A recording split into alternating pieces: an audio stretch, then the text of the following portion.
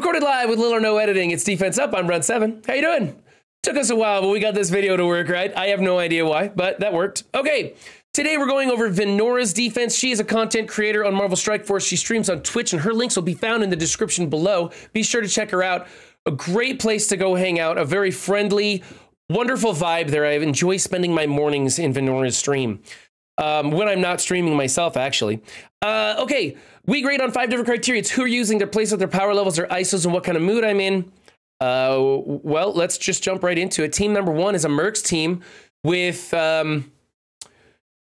Shuri, and we've got, okay, that's interesting. So Vin has Riot Guard adjacent to Shuri and Lieutenant. I like being adjacent to Lieutenant, but I don't like him being adjacent to Riot Guard or to Shuri. I would rather you swap places with Shuri and Taskmaster.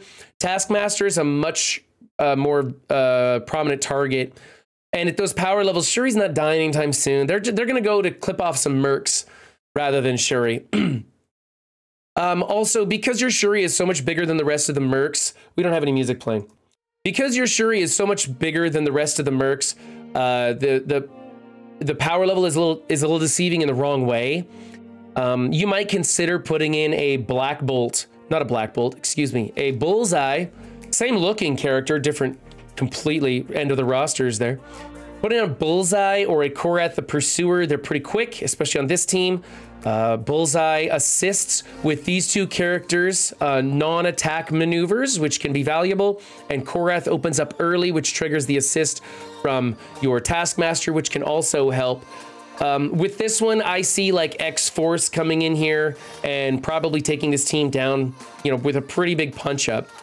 But it is a decent team, and Shuri does help. I mean, if they don't get somebody under 50% with an X-Force team, Shuri's going to keep this team alive really well, and it'll be very formidable.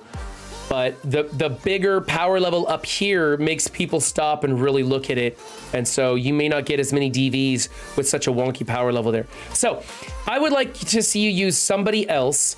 I would like to see more Striker Mercs on this team rather than just Taskmaster being a skirmisher. I'd like to see Taskmaster war ready and Riot Guard war ready. Yeah, throw in somebody else. Lots you could do to tinker with this, but the biggest thing that you can do that doesn't cost you anything is the placement change. That's going to help you out a lot. And then it's worth it to make these guys war ready, even if you don't change the ISOs. Having him as a fortifier is fine. He's smaller than the rest of the team. It's a good place for him to be fortifier. You really don't need Lieutenant being a healer on this team with Shuri on this team. She's going to do all the healing. So there's my things for you. I think it's a B+ team. It's not terrible, but it's a lot you could do different. All right, we have the Doc Ock Sinister team. Sinister 16. This starts out at a C for me. I don't think anybody should be using this because Doc Ock makes for much better hybrids that can garner defensive victories. Although this still catches a lot of people off guard at the mid game, they just haven't seemed to figure out how to use it. And something to consider now, that Dark Hunter team is stealing away the Supernatural team or the Hella Natural team that I like to use as a punch across for this. That's one less counter that goes into it. So this team might be making a comeback. We might be giving them the upgrade. We'll see. When that Morbius comes out, we'll see if we need to upgrade this to a B for starters. It's just an ugly team and I don't like it. You need to change the place with Rhino. He needs to be adjacent to Doc Ock. I would actually, you know what I would do? I'd change places with Doc Ock and Mysterio. That way Doc Ock is adjacent to Rhino and Rhino is still to the outside edges. But Rhino cleanses adjacent, so, and that's what he's really good for. It's not the taunt, it's the adjacent cleanse you want him in there for. So maybe even have him adjacent to somebody else too. Like, I don't know, swap places with, not Shocker, Electro. Electro and Rhino would be another good one, because then Swarm and Doc Ock are both getting cleansed and they're your biggest characters. That's probably the best place. Striker on Swarm is okay. Skirmisher on Mysterio is okay. Raider on Electro is great. Fortifier on Rhino is not really necessary. I think you should go from left to right. I think you should go Skirmisher, Raider, Healer, Striker, and then either Skirmisher or Raider there. and then change that placement. Yeah, the way you've got it set up right now is that people are going to go in, they're going to target Mysterio, they're going to target the summons from Doc Ock, they're going to get that speed built up and then run over your Doc Ock. So it's got lots of chinks in the armor. Be sure to get the Rhino next to your Doc Ock to cover for blinds, to cleanse those blinds, and then you just got to be wary of those speed meta teams, because 625. There's a lot of people out there that have like a 600 symbiotes or a 600 Axemen, and they're just going to tear through this team very easily. So that's what I suggest. As for the grade, I think it's a C-. You need a placement fix. The ISOs are okay, but honestly, the best thing to do is just build a hybrid team without Doc Ock a hybrid team with Doc Ock, and then just go the OG Sinister Six. All right, moving on. Team number 3, Wave 1 Avengers.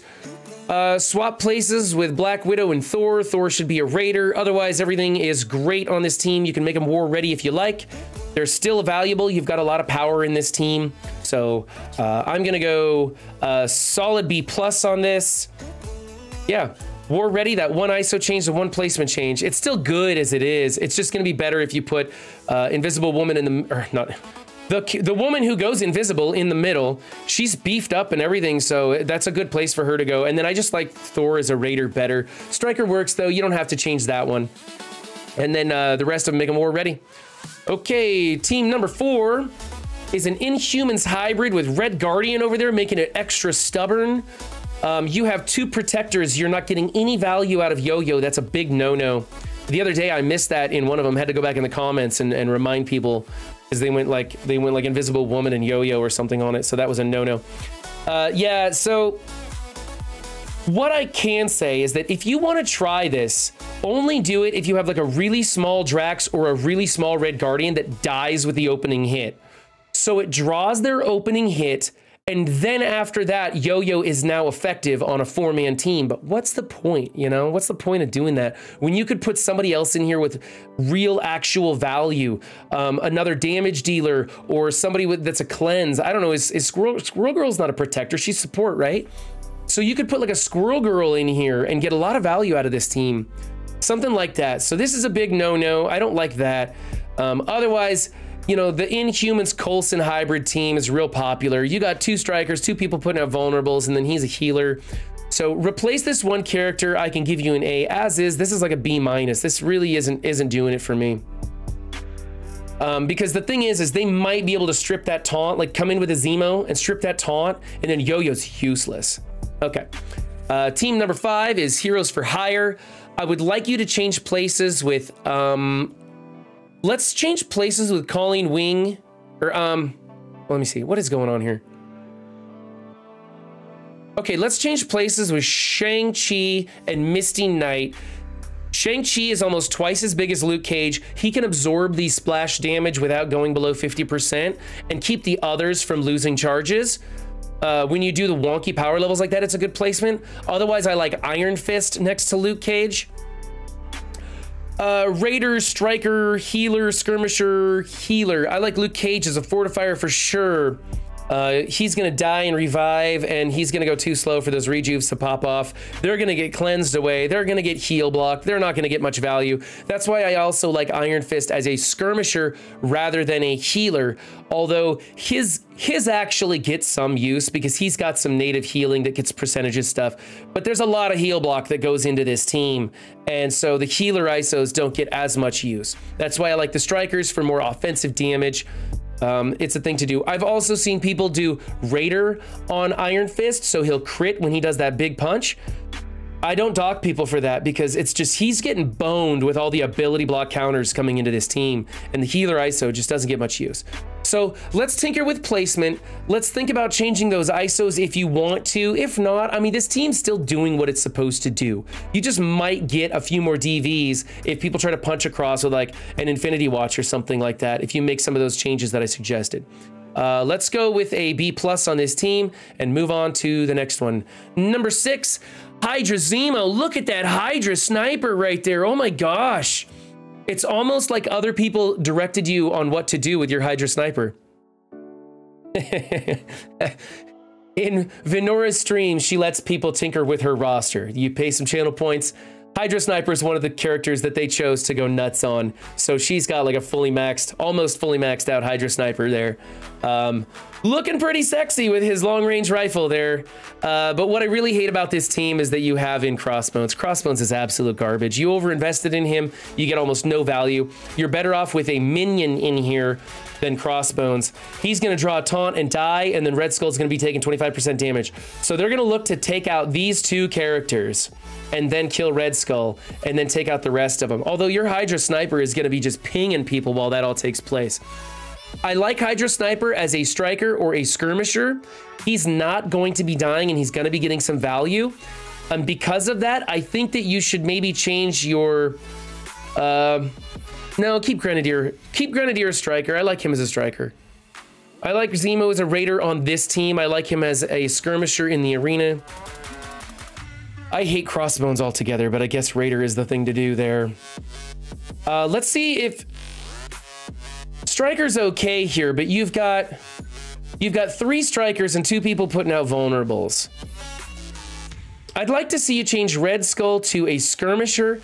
I'd like to see you replace this with the tank minion, whatever his name is, Hydra Armored Guard.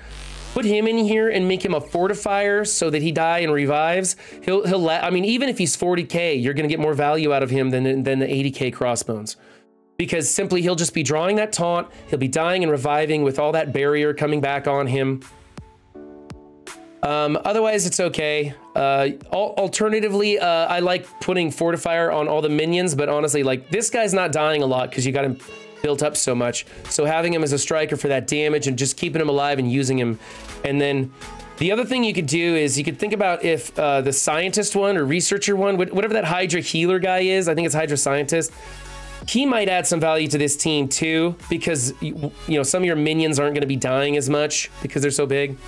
You got lots of options, but get Crossbones out of here. Get Crossbones out of here for sure. So I'm gonna go B+ on this team. It's looking pretty good. It's a really tough Hydra team.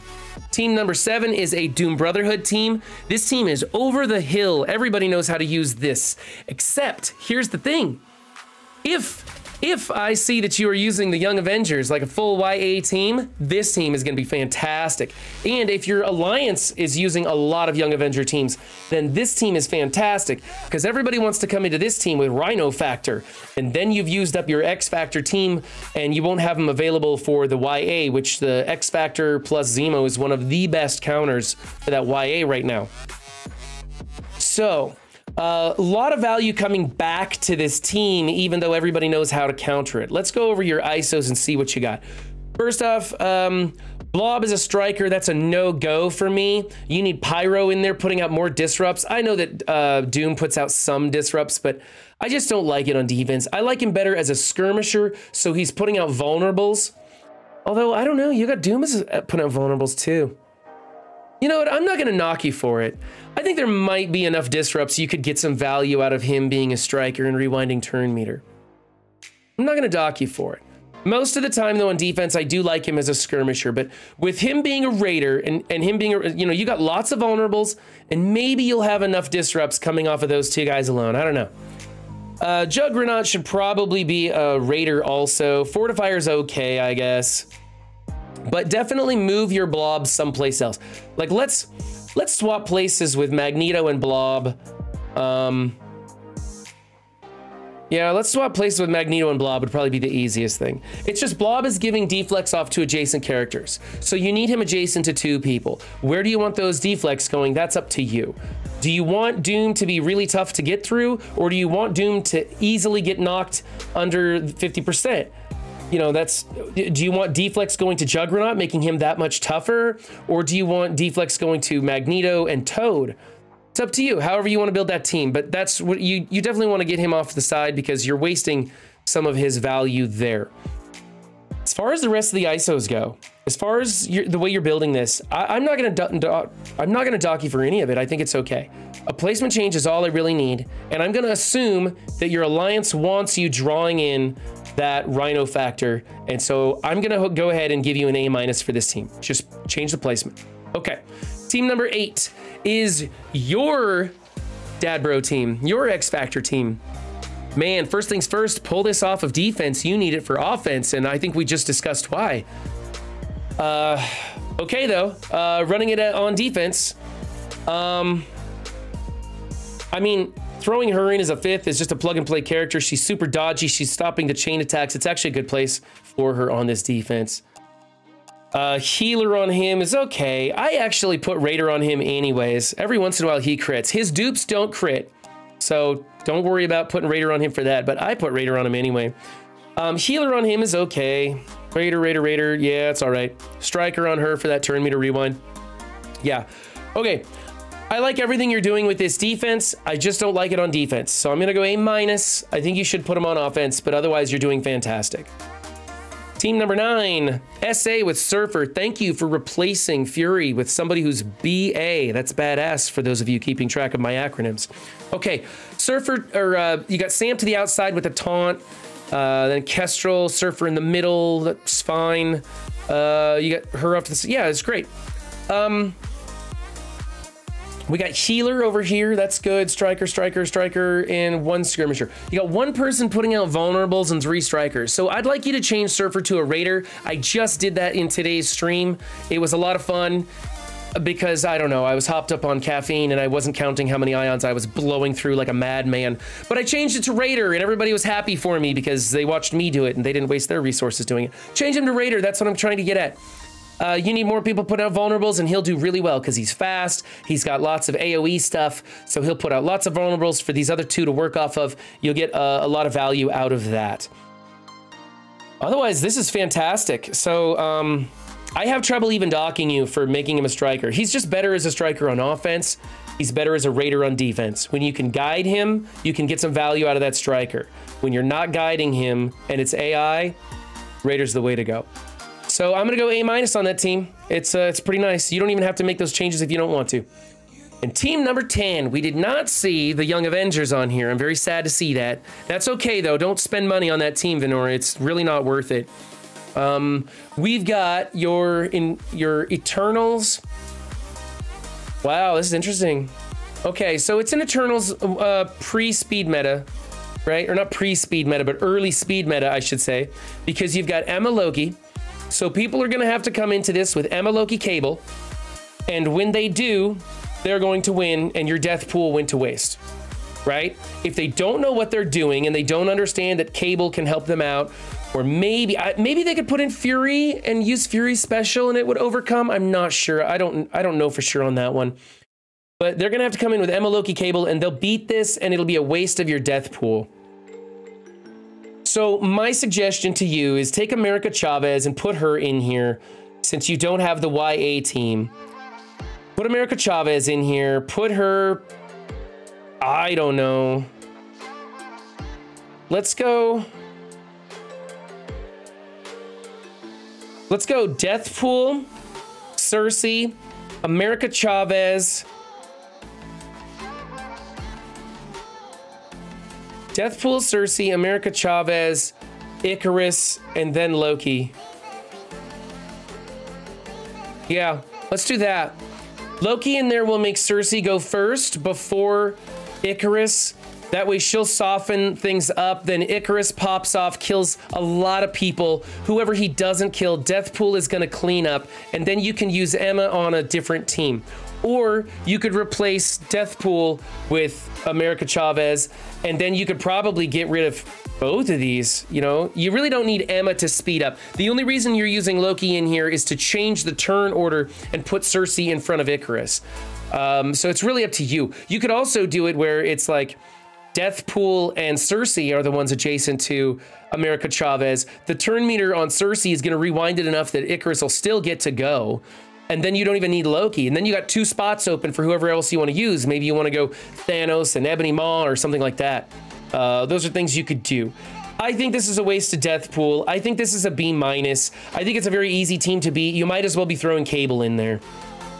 So that's it for Vynora's. Again, check out her Twitch streams in the morning. They're incredibly fun. Great place to hang out. Remember, guys, don't just have a good game. Be good to yourselves and others too. And I will catch you next time. Bye.